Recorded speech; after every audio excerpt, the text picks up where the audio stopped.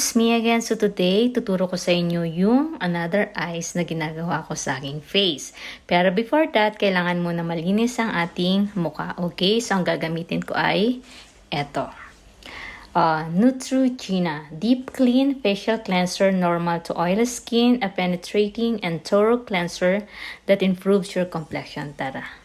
Ayan, malinis ng aking face. Meron akong ditong water. Lalagyan natin yung eyes. Okay.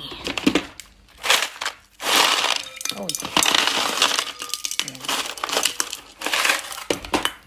Then,